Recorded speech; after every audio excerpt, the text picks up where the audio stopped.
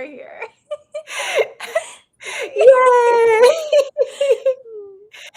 If Oh, there's anyone out there that can hear us, send something in the chat to let us know, because this is our first time using this software. So let us know if you're listening and watching. And either way, if you're not, we're just going to have a grand old conversation anyways. So, as per usual. Yeah. Yeah, at the end of the day, this is what it's all about. Just working through life and Yeah. October. In October, we got the October challenge called October, and that means getting through one day at a time. Each day one day. It's so good. Oh my God, man. Yeah, that was probably the best meme you've ever sent me. I For love that you're context. like, did you write this? Yeah, I was like, did you I was create like, this, man?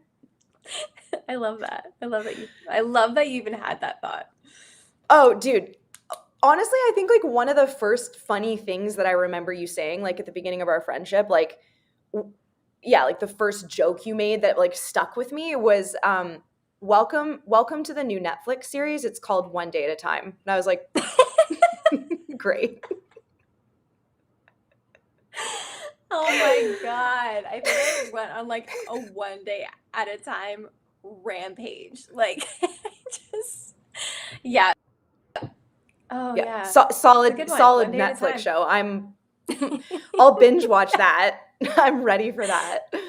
1000%. So, yeah, when you sent this October meme, just for context, everyone, she sent she sent a meme, and she was like, it was like, I'm doing the called October, and what was the rest of it? It's like, Neither it's of us called even remember. October, and for for the challenge, you just have to get through each day. Right, It's like, exactly. it's a great challenge. Oh Yeah, my like, God. can I even complete this challenge? Like, I don't Yeah. know. Yeah. Yeah, So great, good. great challenge. So thanks for hanging out with us, you guys. Alex and I most often go live on Instagram, and we're trying out some new platforms and uh, new software, and we just want to expand who we're chatting with. We often go live, and we call our conversations "Love Through Fear" because, like, to sum it all up, at the end of the day, the conversations are really just figuring out a way forward through fear. And anything that's not fear is love, so we call it Love Through Fear. These conversations are dedicated to discomfort. We don't have the answers. That's step numero uno. We just talk through things because it makes us feel better, and it makes us feel better when you talk through things with us. So for sure, wherever you're listening from, wherever you're tuning in from, whether it be Facebook or YouTube or Twitter, let us know what you're going through, what you want to talk about, and chime in with thoughts that you have. We love when it's a community conversation. We also love talking to each other, but at the same time, we really want you to join in. So This might be another 3-hour conversation between you right, and me. right, yeah, yeah. And I'm like, I mean, I'm like, I know I'm getting something out of that. So at the end of the 1000%. day, that's what I'm so pumped about with our friendship. So why don't do you want to start? Like, what are you feeling? Yeah. Okay. So, man, I feel like you always do such a great job kicking it off. I feel like this is a bit of a pressure moment for me. Sorry. No, it's okay. It's okay. One of the things that we had talked about, well, I think actually that we've both been triggered by in the past are these like quick reframes of like how quickly if you reframe a thought and then it will all be better. Mm-hmm. And I feel like it's so dismissive to, especially when we're going through a process like COVID, which is something that no one has gone through before this. Yeah. It's like, oh, just like reframe, be positive about it, and like see all these moments of like silver lining or all these great things that come with, and there are, perks to everything. But I do think that it's important to not just like when someone is expressing a frustration, a trigger, moment of overwhelm, a moment of anxiety, a moment of trying to deal with the unknown, which has also been this like slow burn because there's just been so much unknown in all of this, and like no consistency, like everything's changed. Mhm. Um, it's like, and just with like, yeah, what's happening next in life, it just feels really dismissive when people are like, just, quick reframe that. And have you like disputed that thought? And I'm like, oh, it's just like not that simple, especially when I've had like a repetitive thought cycle for not only like for like a long period of time. It doesn't just get to go away now, Right. so Right. Yeah. yeah. Oh, man, that's such a huge, I mean, that's such a huge topic. I love that you brought that up. Because I think that a lot of people can relate to it, and I definitely can. I think there's a lot of different ways we could really dissect that, and I think we should try as many ways as we can. But like one thing, just to simply put it, is like toxic positivity is a thing, and to sort of like hear what someone's going through, and it's like your response is, here's what you got to do. Like I've cracked the code for you. I've got it for you. Like follow What would me, David kid. Like Goggins do? yeah. Yeah, oh my god. What would David Goggins do? Like you should do that. And love David Goggins for all that he is, but I'm also not David Goggins, and so I probably shouldn't do what David Goggins would do. Mm. Um I think it's like, so it's kind of being like, here's what you got to do, and like I've got the solution, and here's how you got to think about it. It's kind of equivalent to like waiting, like almost like interjecting with a story that's relatable to you, that is about you, to like help them understand. Like it's like there's a well intention there, or like good intention with like, what the person's trying to do. Like I'm just giving you a relatable story to let you know you're not alone, but like inadvertently they make it about them, and it's sort of the Yeah. same thing when they're offering like their advice or whatever. They're inadvertently making it about like them having the answer for you, and it's oftentimes not helpful. Like I can't say it's never helpful, but like there's a lot of times where the person just sort of feels like, oh, like you coming in with the answer, swooping in with the answer for me, sort of implicates that like I'm not sort of like, it's like I haven't thought of that or something. And like, you know what I mean? It's sometimes the answers are just like, the answers or the advice is sort of like, oh, well, you just have to reframe your mindset. And it's like, fuck, I hadn't thought of that. um, A like, thousand percent. like, so Thanks, tips. Like, yeah, yeah, been trying on the exactly. regular. Yeah, So, right. Reframing? Huh. You know what? I thought yeah. I would just do the same thing over and over again, and that would change. Like, so, and Yeah. then also on top of it, to your point, like reframing a mindset takes more than just like bippity boppity boop, which we should definitely get Yeah. into. But in general, just that piece of advice as like it's kind of like a scapegoat. It's like, yeah, totally. Yeah. Reframing. It's fucking Yeah. solid piece of advice. Yeah. Okay. So, like, I love that we're talking about this, like, from our own perspective, because we're aware of how that can be not helpful to the situation of whatever it is that we're experiencing. Um, but also, even with people that I've worked with, or even like sometimes, if I have a mindless moment, um, where I don't realize that somebody else is being dismissive or undermining me, and I Mhm. just get this like defensiveness, and I'm like, I mean, you're not wrong. Like, could I reframe? But then I walk away from it, and I'm like, oh, like I didn't get what I needed from that, or like Mhm. there was some kind of like boundary that was crossed, and I had that kind of like icky feeling, and I didn't know, no, I didn't know why. And Right. I think this really kind of hits the nail on the head, where it's like if somebody's, coming to you and saying like you have an answer, or like just quickly reframe your mindset, or like sends you the Instagram quote. Not saying that Instagram quotes aren't helpful. Um, they can trigger something to have a further thought. Mhm. Um, but yeah, it's not that easy, and likely if someone is opening up to you, it's to be heard. And I feel like just to say like, well, I read this David Goggins book and this is what he did, or 5 4 3 2 1 Mel Robbins. And like, it's like the it's like those things, they're not helpful, you know what I mean? Right. Like there's times where that is, um there's times where that is relevant, but yeah, it can feel very diminishing rather quickly. And if you've ever felt that and not been able to like put your finger on like why you felt that way, it's like because you're being undermined, but in a way that's like I can't totally be mad at this, but yet I'm defensive about it because it Yeah, doesn't right. feel right. Totally. Yeah, it's like a sneaky, like creeping sort of dismissiveness, and yeah, it can kind of fly below the radar. And that's what makes social engagement so complex, is that it happens all the time. Like we're, engaging with each other and then processing thoughts and processing transmission of emotion and words at like, rapid speeds. And it's so easy to kind of like in a social engagement, like override it and like miss sort of how it's making you feel that in that moment, so that you can give the appropriate response and feel like you've stood up for yourself, or feel like you've at least said your piece. And then later you're just like, oh, I'm carrying this for some reason. And it's like, Mm-hmm. yeah, that's when you're sort of like, oh, that's what I should have said, or like, or I wish I would have like Yeah. asked for that instead, or yeah, for Yeah, sure. oh, for sure. Like walking away and then all of a sudden feeling grounded, and you're like, yeah, that didn't feel good. And this, I was not wrong for like thinking that thing that I should have. Um, I also just want to go back to the whole like David Goggins thing real Hmm. quick because I've had David Goggins moments in my life where I've just pushed and pushed and Hmm. pushed.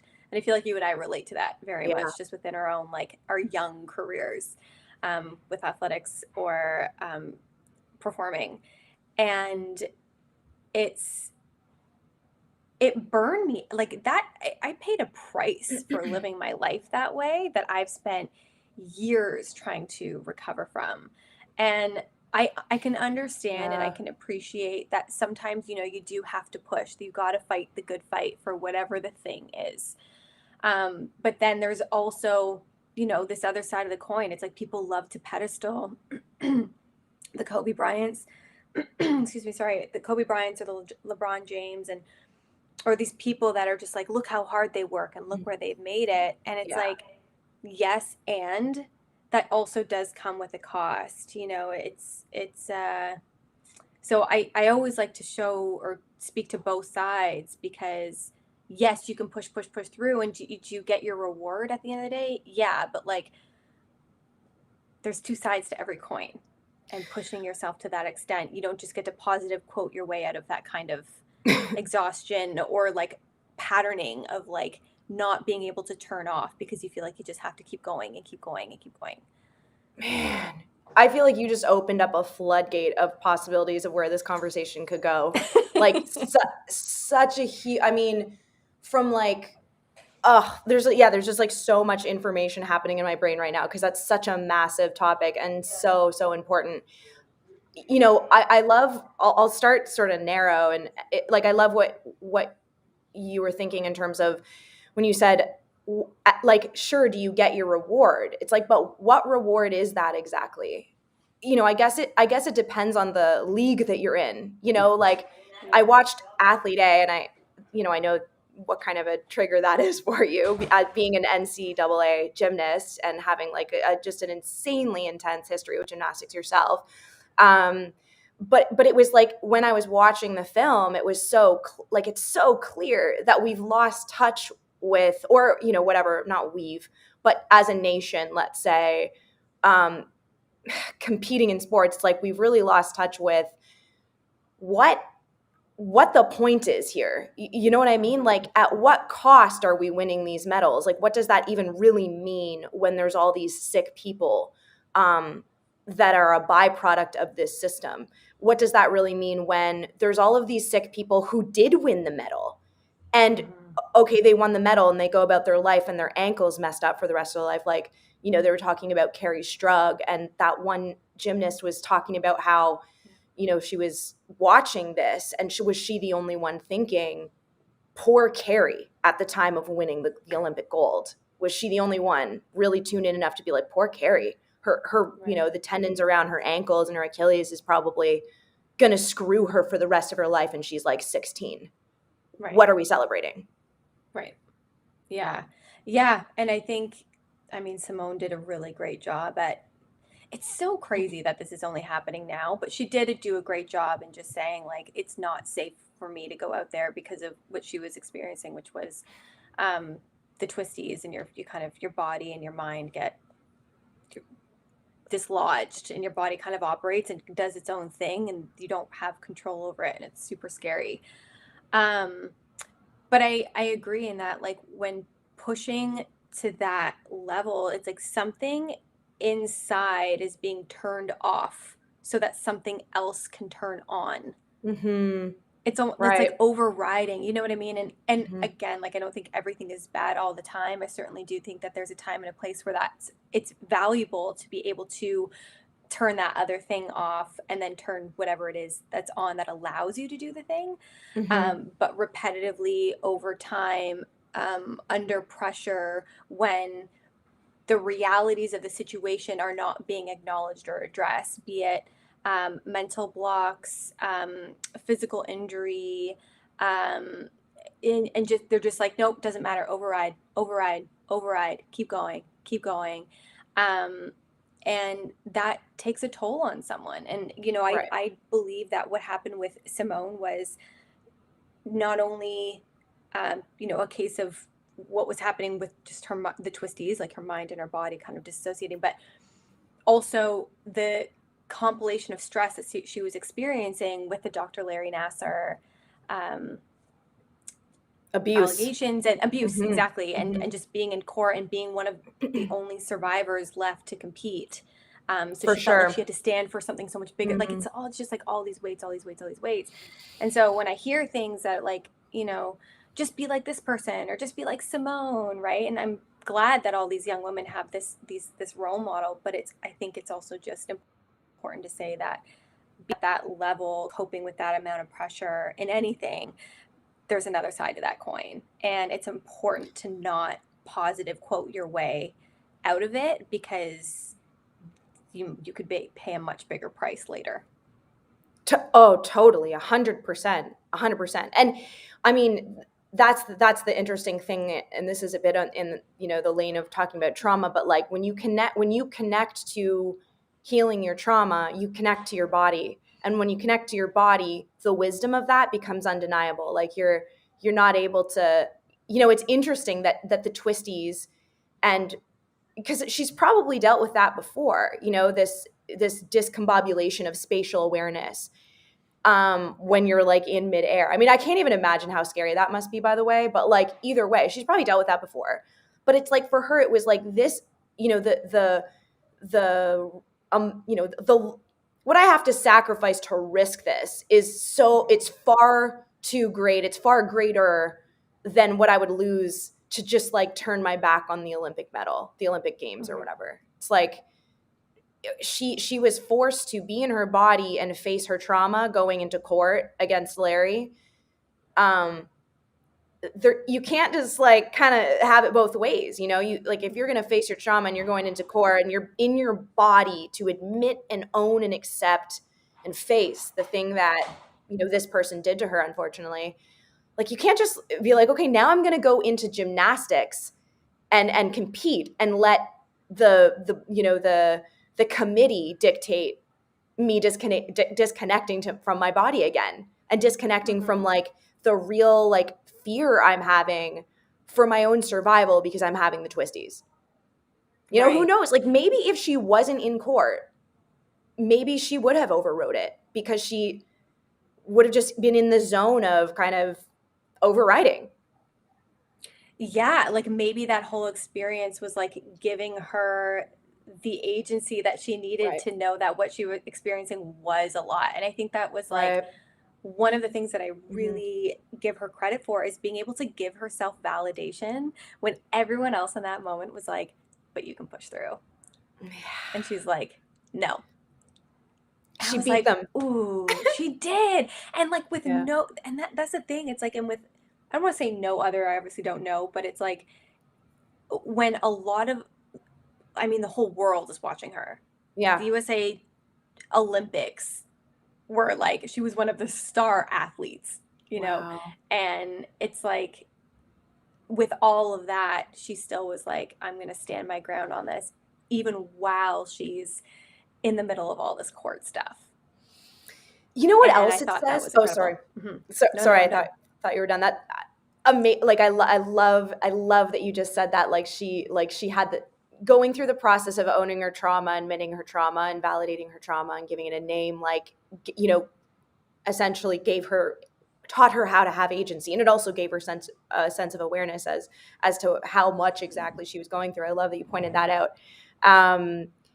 I was going to add that it just went in one. See, that happens sometimes with us. It goes in one ear and out the other. I had something real good to add to that. Damn it. Oh, I know what it is. I know what it is. Yes, okay.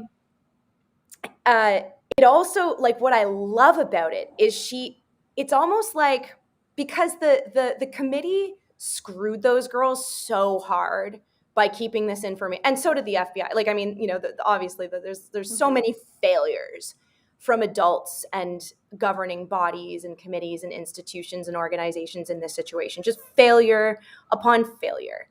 And it probably made her lose respect for the very committee that she was winning for. And so it's like even less sort of worth it, like, oh, I'm sacrificing, I'm sacrificing like my personal safety for you. No. It's so powerful. Mm-hmm. I can, I mean, I wasn't anywhere near Simone Biles level, but I mean, when you're in a, I've seen you to this girl. I've seen you tumble. Oh man. Intense. But and I know you have your own experience with this, where it's like when you're in within an organization or within like an industry, and it's like all encompassing, to be able to like pull yourself away from that and be like, let me actually just tune into my well-being right now and what I believe is true for myself. Do you know how many surgeries that would have saved me? So, Oh,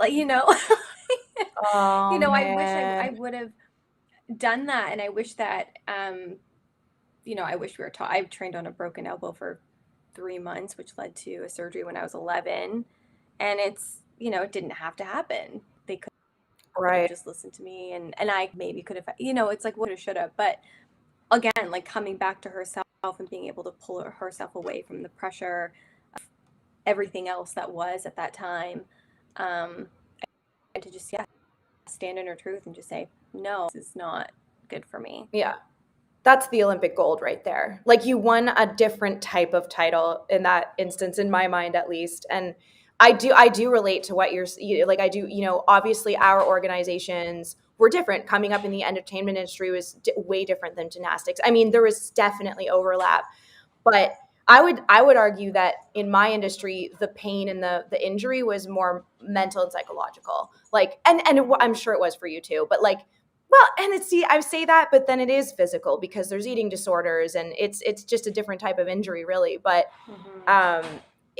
yeah, I wish the same thing. I wish that there was just more adults standing by, But then you also like it, you put it into context of like the era, right? Like, probably both for competitive gymnastics, and like, not to say, so I'm jumping around here, but not to say that like in competitive gymnastics they didn't know better when it comes to like sexual assault. Like, we've known better for a long time. Like, there should be no excuse that went on for so long, and that it was covered up, and that some of these statements from these girls were discredited and invalidated. Like, it's just insane what happened there. But in terms of like how hard to push the athletes without recovery, right? Like, that's kind of an age-old coaching style.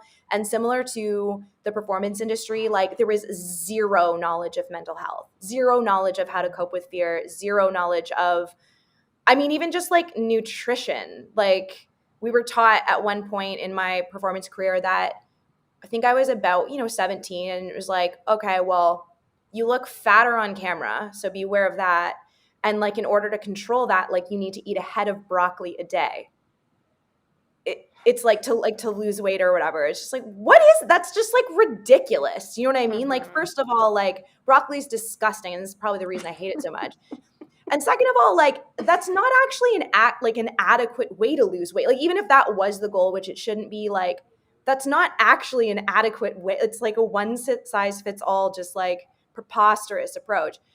It's like, you know, their knowledge of like how to like do it was definitely different than it is now, like where mental health Mhm. is like exploding across multiple injuries, and so is like the idea of physical recovery for these high performing athletes, whereas before it was just like you're going in again. Totally. Oh my God. You're going in again. Totally. Question for you. When did you Mhm. realize, would you call your, when you were in your music, or not when you were, because you're still in it, but when you were in that phase of your life within the music industry, did you know, sorry, let me ask, would you call that traumatizing?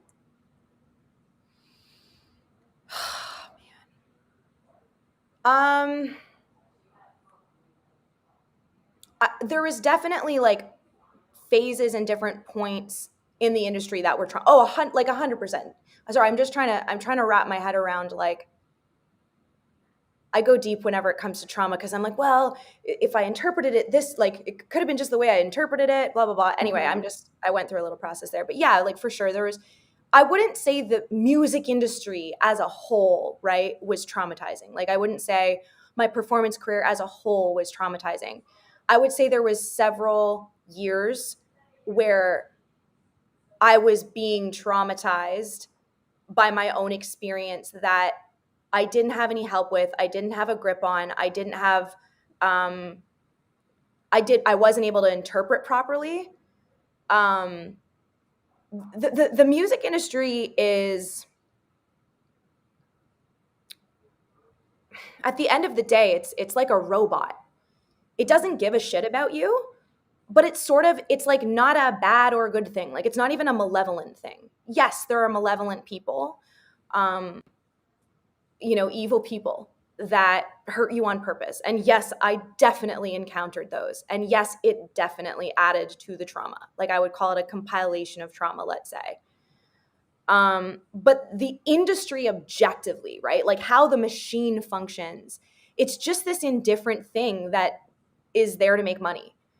And as a child, you can't segregate the two. Like you can't separate the sense of worth from the machine that's there to do its job, and inclusive of the players that are sharks on top of it. So it's like Mm-hmm. your dreams, and and your sense of self and the way you interpret everything, the machine, and then also just all the multivariate players within the machine who contribute to the malevolence or pain or greed or whatever.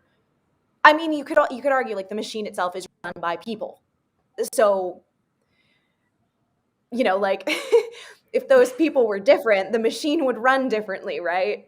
And that would create a different experience for artists and creatives. But yeah, like it's a complex topic because I'm starting to come through the other side and work through some of my resentment and anger and yeah, the parts of me that were traumatized by that industry, because talked about this, the trauma came from outside of the industry as well, but Mm-hmm.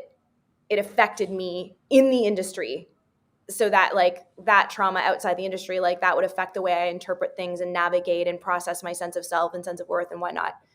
So I'm coming out the other side. Like I'm coming out the other side of these things. It doesn't mean it's going to be gone. It's going to affect me for the rest of my life. I know that. But I'm able to at least pull it apart more and see that, yeah, and I guess, and see that, there is like these objective sort of like indifferent aspects of the situation that I interpreted as like a personal attack on my sense of self, Mm-hmm. whereas an adult I wouldn't necessarily interpret that way anymore. Then there's also assholes. And then there's also just, a sensitive little artist. I Yeah. don't know if that answered your question. I just kind of went on a tangent, but Yeah, well, my next question was going to be, at what or when did you realize how traumatizing it had been? Like, when did you have like more of a clear understanding of its impacts? December 2020. Mm, yeah, Like 1 year ago or right. 2 years ago or whatever. I love how you like Yeah. were like Boom, that's it. Yeah, like Yeah. it's been very recent, like where I was like, holy shit, like I got by this musical journey in this industry. Like I had no idea. And it's partially because I was like super focused on these other personal areas of trauma that were a part of my life very young. And me working through that was kind of the main focus. And I didn't really pay attention to all these other things that contributed to that sort of traumatic experience. And so, like, I'm like doing a pretty good job with therapy and just managing all my, mental health stuff and whatever. And then I started as you know, to face the music a little bit. And it was almost like, someone shook the tail of like a snake. And all of a sudden I realized that that was the tip of like a dragon's tail, like a fucking albatross of a sea monster. Like it was just like, holy shit, this really fucked with me. Like, so yeah, Yeah, anyway, I mean, 2020. yeah, and like, so this is like also the point that I'm making is like, even for myself within gymnastics, and I'm going to come back to your experience, but like, I only really realized how heavy hitting it was years later. It's like, oh Right. man, like this stuff really stuck with me. Even my relationship, I was, my long-standing 9-year relationship, I had no idea how deep that ran until I started to process it. Even like 1 year after the breakup, it brought me to my knees. So I love that you had this whole series called Name Your Trauma, and I love that Mm. you're aware of it and you make steps towards it as you're healing, and you do all the things that you can do to ensure that you're in the safest place that you can be within an industry that was once hurtful and harmful to your well-being. Um, so I just want to like acknowledge you for that.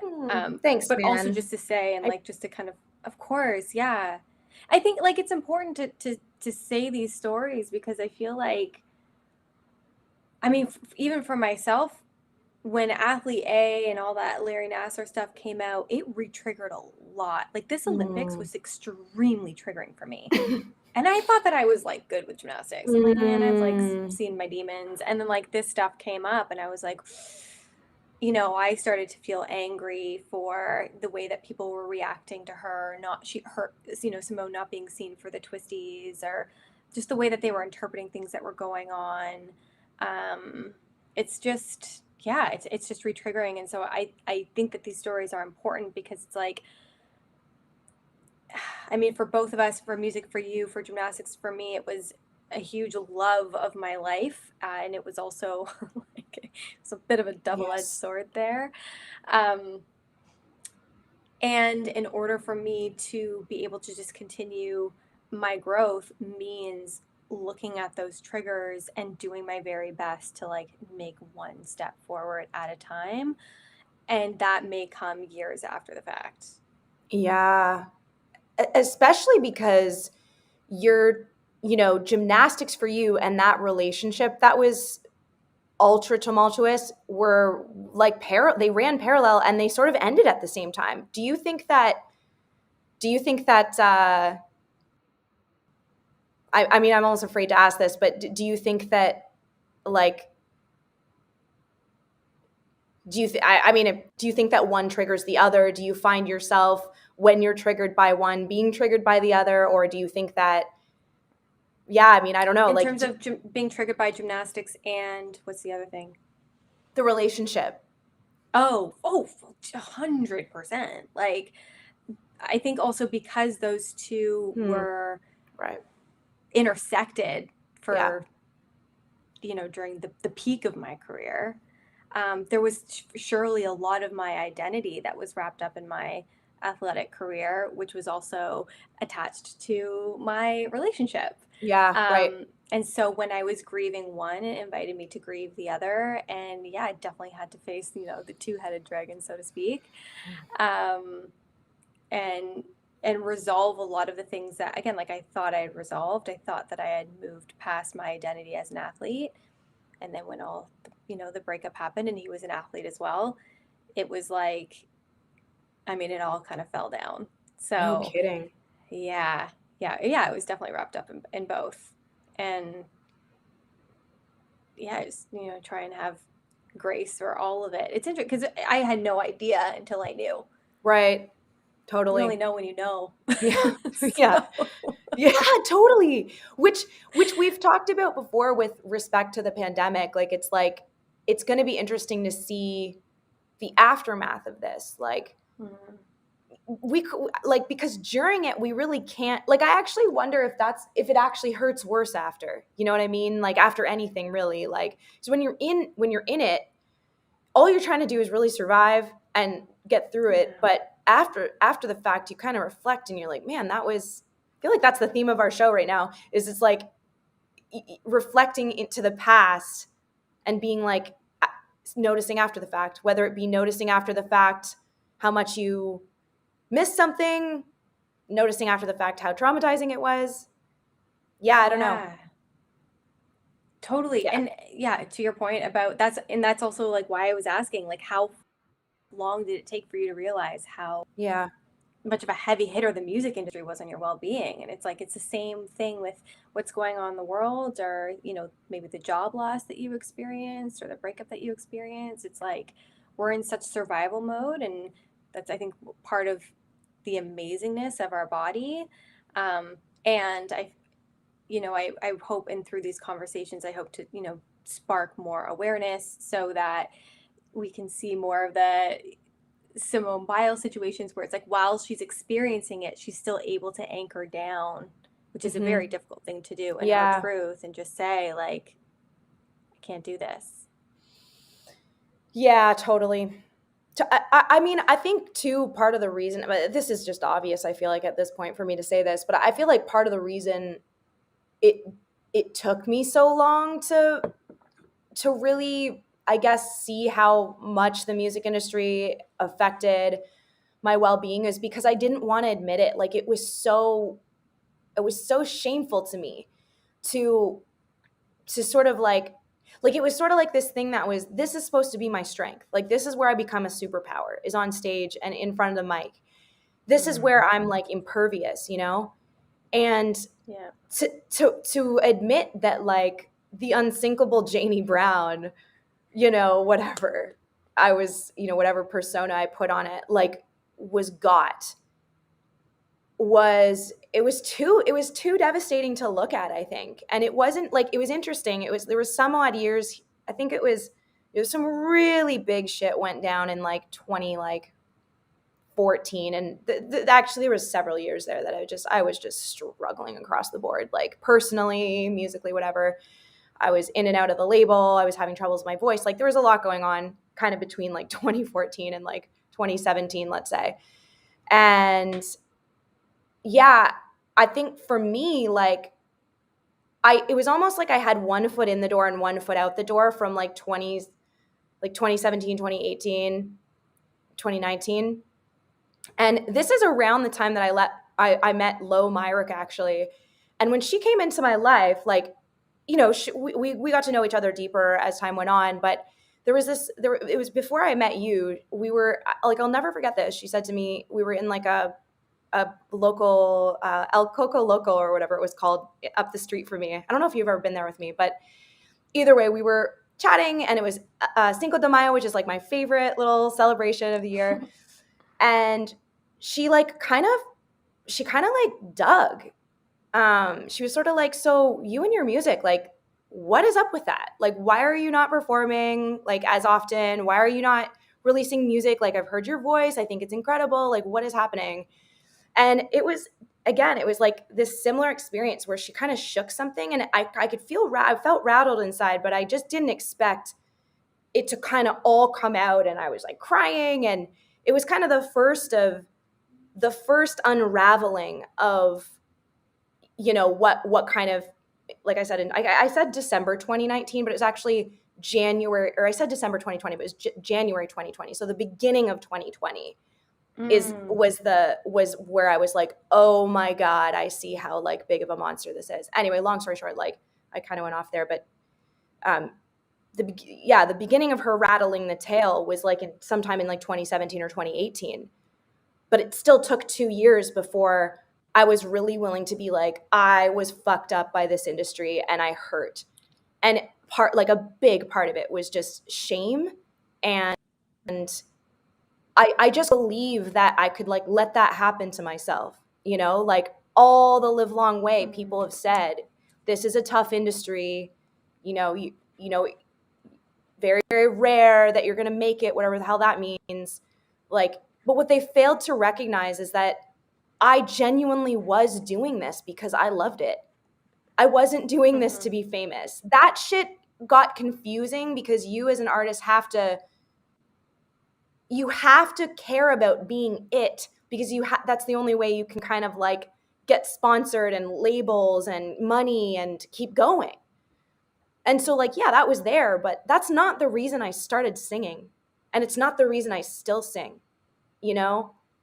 So like, yeah, it was too much for me. It was like everyone told me I shouldn't do this because it's such a tough industry. And I said, I can take it. It's not about that. And here I am fucking shattered, And it just felt so shameful to me. So, and yeah, it's still a thing I'm like working through. So. Yeah. Yeah. I mean, it sounds like an industry, or that situation sounded like it was really easy to lose yourself into the supposed to's. I'm supposed to do all these things. I'm supposed to be all these things. And I had a similar experience to that within my relationship, but then also within my athletic career, of all these things I was supposed to be. And then there was a gap between like what I was actually feeling and wasn't being seen or acknowledged for. And when you said you had that thought, I can't believe I let that happen to myself. I mean, like, me too, Right. and I think it's so easy. Like that's like you call it the inner trash talker, the inner critic can just really take the mic and overpower your internal room, and really just start emceeing in your brain for a long time if you let it. And yeah, I just wanted to say, me too. I can't believe I let that happen to myself, and feelings of shame and trying to manage the gap between everything you're supposed to be instead of tuning into and trusting the things that you are and the things that you do stand for, and then how to advocate for those things from a young age, where Right. we were terrified to speak up because there are repercussions to that. Yeah, big And time. there's just so much there that it's, yeah, like, I mean, you're incredible. I think how you've managed to continue healing, specifically with your music journey, and how I feel like you're blooming. It's, facing the scary stuff. I feel like your music is just growing with you. Yeah. If you guys. Oh, man. So anyway, all of that, like, it's like, we're faced with these hard things and shame and the supposed to's, and how could I have let that happen? And how did I get here? And I think what I've learned, and I've learned a lot through our relationship, is the more I face those things of, that where especially my mind is like, how could I have let that go that far? How did I spend 9 years with somebody when I had red flags from year one?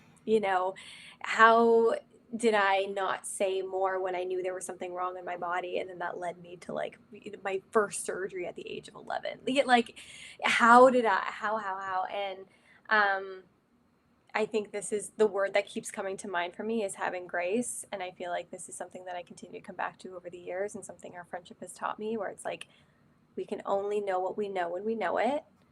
And then we know it, and we approach it in the bits and pieces that become available to us as we step forward one at a time. Yeah, I mean, same across the board in terms of what our friendship has taught me. And you really, really have helped me out of some of my darkest hours by reminding me about grace. And another term for that could be self-forgiveness. Like, I remember last summer, like, just fucking unraveling beside you as we were walking towards Leslie Spit. And like, I just, like, I couldn't even, there was I don't even know if you remember that. Like, I remember this because I was so embarrassed, like, at how much, like, how undone I was becoming. But I was like, at one point I couldn't even talk. Like, I was just like, and I couldn't say anything. Anything I tried, just, it was like 2 words. And then you go, and so, like, I'm sobbing. I'm like, cool, I'm just not gonna be able to stop myself from crying here, obviously. And then you just look at me, you're like, man, like, I think you just have to forgive yourself. Yeah. But it was the answer, dude. It was the answer, man. Like, for real. Like, yeah, you and the reminder of self-grace and self-compassion and self-forgiveness it's been amazing in my life and in our friendship. I'm so grateful for it. So, Yeah. Oh my. you're blooming. Likewise to infinity. Thank you. Likewise to infinity and beyond. And I mean, I've been having so many conversations around self-compassion. I guess we're just gonna cry Yeah, now. no, I was gonna like I have teary eyes for the rest of the time. It's just the I've been air in having here. yeah. I think there's onions somewhere that I was just Yeah, my eyes are just so getting. dry. Yeah.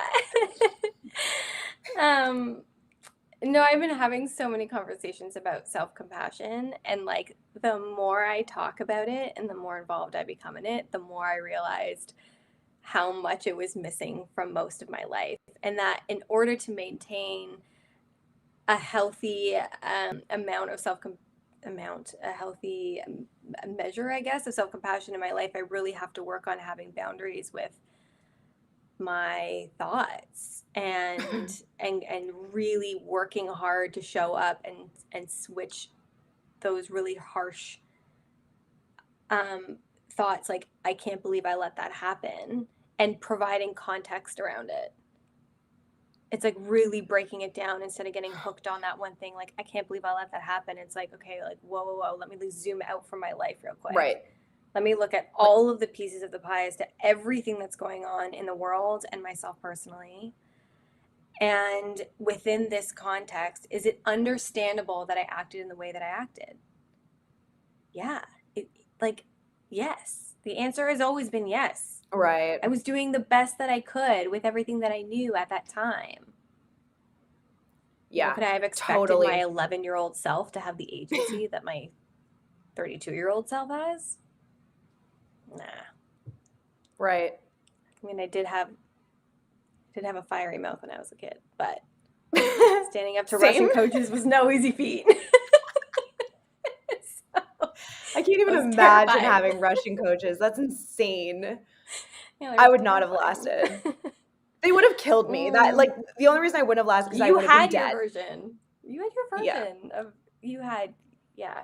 So uh-huh. Do you think that, so you were talking about having boundaries around thoughts, which Mhm. is just like, yeah, we talk about having boundaries around other people all the time, but having boundaries around our own thoughts, like what we allow ourselves to think, is obviously super critical. And, to caveat that, it's like, obviously, if the thought is super deep rooted and it's a core issue, we can't always control it. Like, if your core issue is I'm unlovable, or like I'm a monster underneath it all, or whatever, like, core issues come up again and again and they need extra attention, and Albert Ellis's ABCs, and Mhm. cognitive behavioral therapy, and like things like that.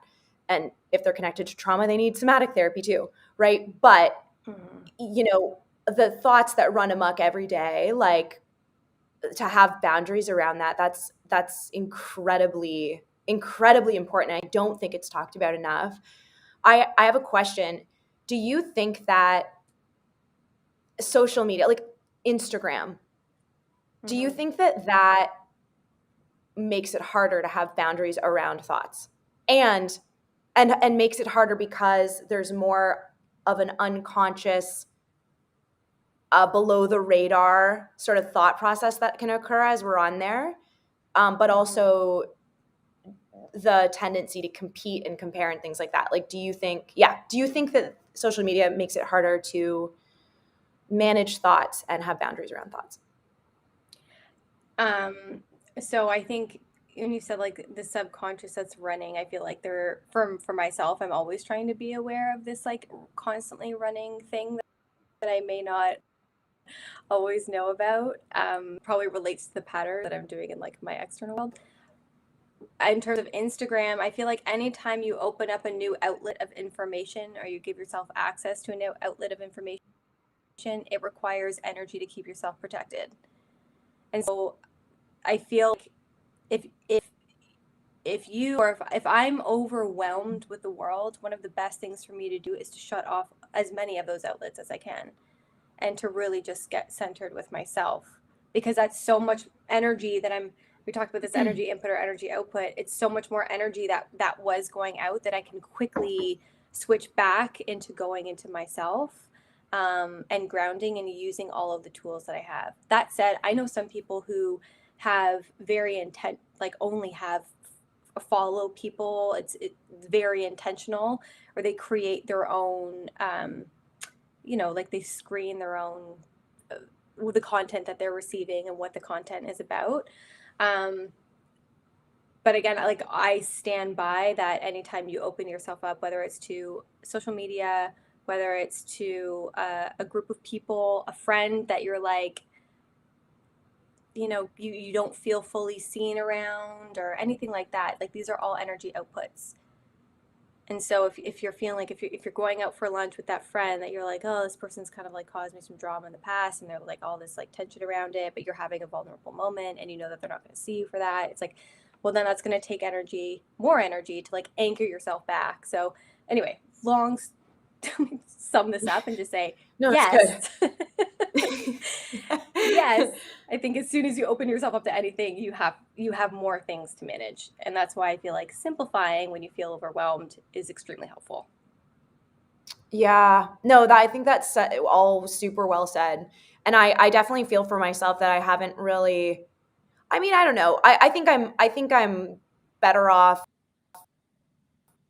than I would have been as like a pre-social, but I do feel like I'm constantly kind of like, yeah, trying to manage my feelings and thoughts on social media and like trying to use it for good and use it to like get the message out. You know what I mean? If we're both here trying to serve the world, seems like a pretty like kind of critical tool in a sense to do so. But at the same time, like, yeah, it's really hard to not like get wrapped up in like the explore page or like, what so and so is doing and how they're doing and how much engagement they're getting, and does that mean like you're doing it wrong, or like, it's just, I don't know. Yeah, it's just there. Yeah, it I wish there was can. a way to eliminate that. Well, and you know what I've actually been doing as of like the last 3 months is like I can like think of one person who I know, and every time I see her stuff, I'm triggered. And I've been in this battle of like, do I unfollow you? Like, what do I do? Do I mute you? Like, what do I?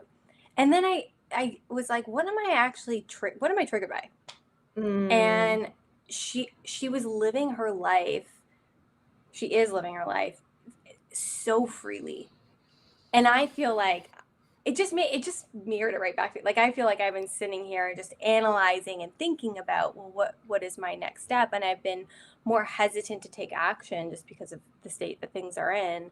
And she wasn't doing that, and then I was like, okay, well then like what are my fears, what are the things that I need to neutralize? And like, granted, I'm still going through that process, but she's not nearly as triggering to me as she was before because I was able to identify what I was craving. Right. Yeah, right. Well, oh man, that's an interesting little door to walk through as well, because like obviously we've said this to each other 1,000 times, like, well, how can we be really sure that they, whoever they are like living the life they're perceiving, that they're putting out there? Because it's true for me that like I value telling the truth, and I do, like, I don't put things out that are false, but I also don't put out like meltdowns or whatever, like on Mhm. my social. Like I'm not like, I people the stuff that I put on social, even when it's vulnerable, is a far cry from when I'm having an episode. You know what I mean? Let's put it that way. So like, and there's good reason for that. Like I don't think that I'm going to change that. Like that there's certain personal things I go through and I go through alone or go through with friends or therapists or whatever. But, um, it's like, obviously we're all putting our best foot forward. We're putting a certain version of ourselves forward, whether it be the best foot version of ourselves or the most wild version of ourselves or whatever. Like, we're putting a version of ourselves forward, right? So I mean, that's definitely an aspect. But the other thing, like, you could really like focus on with that is like, well, like, who's to say, you know what I mean? Let's say the definition of like freedom is like travel and like aqua color pools and like palm trees, right? Yeah, I love It's all like, those things. yeah, me too. Same. Like, that sounded really good coming out of my mouth. Yeah, 100%. It's like, so okay, let's say that's freedom, but then you could also argue like, well, isn't freedom also like, healing your trauma and like studying and like, you know what I mean? Like, it doesn't feel like it when you're comparing it to the palm trees, but when you really like get down to it, like, I'll just share, like, I've had these moments where it happened this winter. I was like in the thick of my semester, and it was one of the most grueling semesters I've had so far in university. And I was like, fuck, like, this is a different experience than what I had last winter when I was like, traveling to see family in Florida and then like on tour with the Believe Initiative. Like, I'm like balls deep in like organizational behavioral or like, you know what I mean? Or like criminal law. Like, you know what I mean? Like, like stuff that I value, but like, I'd rather be on stage, not gonna lie. And and I was like, the only thing that would make this worse right now is if I knew I could be on stage, but I was doing this instead. But then I was like, but at the same time, like, there's power in me choosing this over that, because that doesn't have power over me. Like, and this, maybe it's a personal thing with me in the industry and how much I care about my music and all of that. Like, I lived a lot of years where it was like I was willing to just drop everything for it. And it now gives me a sense of power to be like, I'm not going to drop everything for this industry. I'm not going to drop everything just to travel and be free.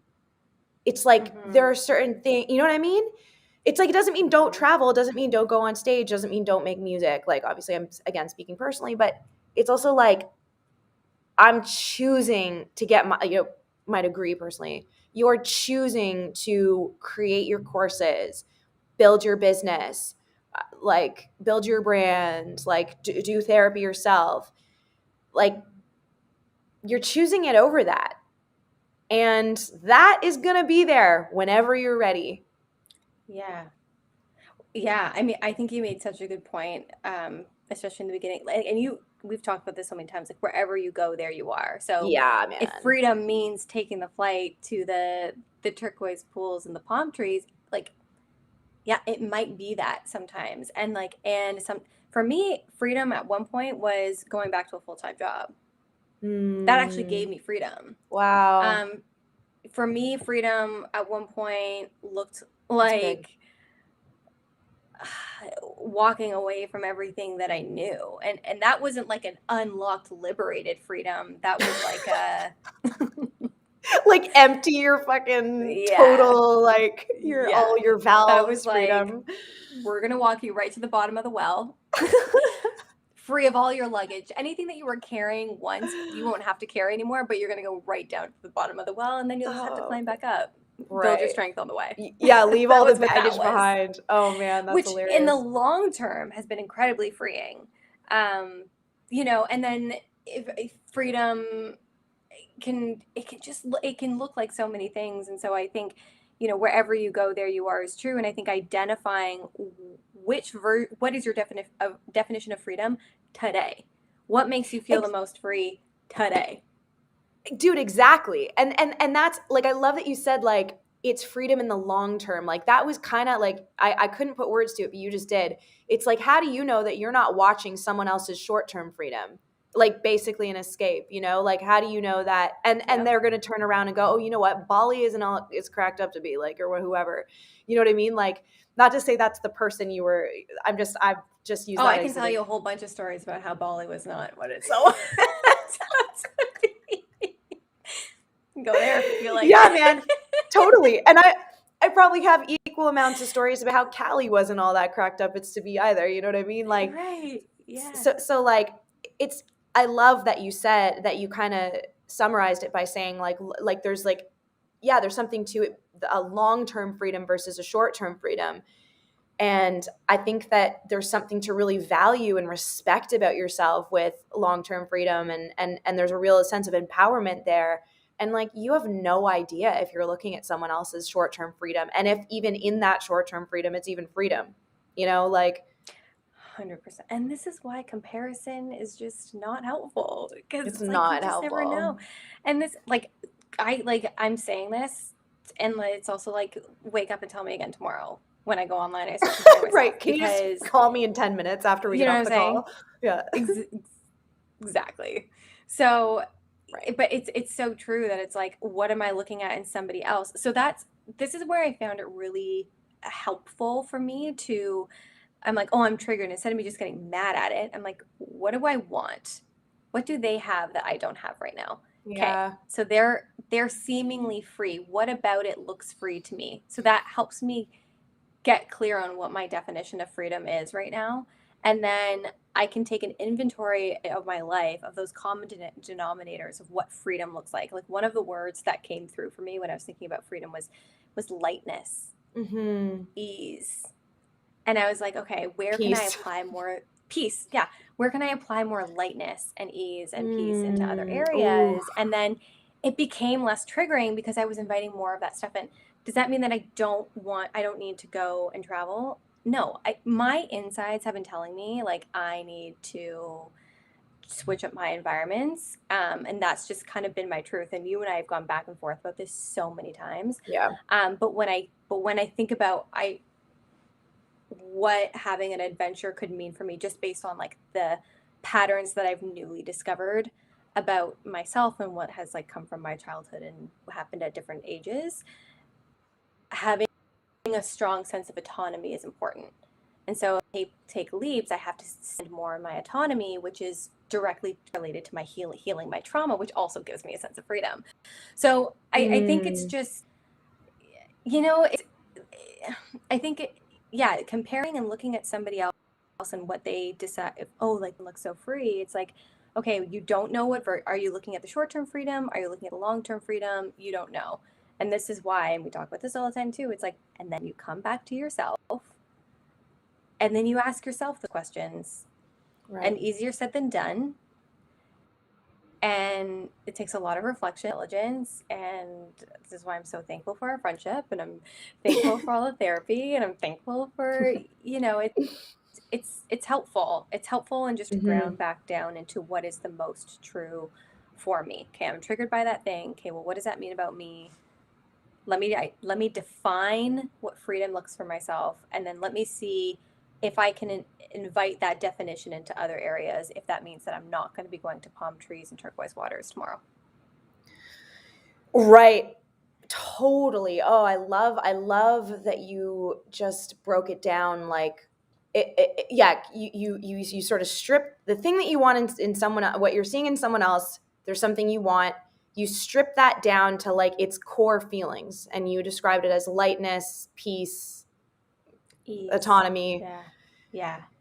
and then you offer that to yourself in other ways, like, even if it's like, oh, I can be more light around how seriously I'm taking myself, you know what I mean, like, that's a vacation for you, Hmm. like, good Yeah. idea. Or like you know the place of the world, which can, I think, feel pretty heavy right now. It's like, how can you give yourself a little time out from that? And right. what does that look like? Does that mean going Yeah. up and renting a cabin and just unplugging for a bit? Getting away Right. from the noise and the chaos and the news and the da da da da da da da. Totally. Um, Totally. so yeah, I think, and you taught me that too. Just like really just define what words mean for me. Um, Mhm. so Yeah. yeah, it's been helpful. That's been helpful for me. I love this conversation. We promised ourselves we would only keep it an hour tonight because it's at night. But I loved this conversation, and another good one. There's still like a million things we want to talk about. And RB messaged that it was an important topic that we were talking about earlier tonight. And Brittany left some really, really nice comments here. She said, "So proud of you girls for using your voice to empower people in new ways. You're so strong and brave. But what I love most is that you are still soft and gentle towards others. Keep it going, gals." She's a sweetheart. This person just has come through so much. A mother, a career woman, just a great person. And it was super cool that she was able to join for a bit. But yeah, everyone, thanks for watching. And we want to keep this up, and we want you to keep coming, and we want you to enjoy the conversation, but join in the conversation, ask questions, or contribute in whatever way you want to. Let us know topics you want us to discuss together as a community. And we will be sure to include that in our next streams. So anything you want to add to close out the night, Alpal? Just feeling grateful. Me too. Love this community. Love these chats. Me too. Even if it's just me and you. Love it. Yep. Totally. Love it. Yeah. Me too. All right, everyone. Thank you. That was synchronized. Be gentle with yourselves, everybody. Yeah, what she said. Love you.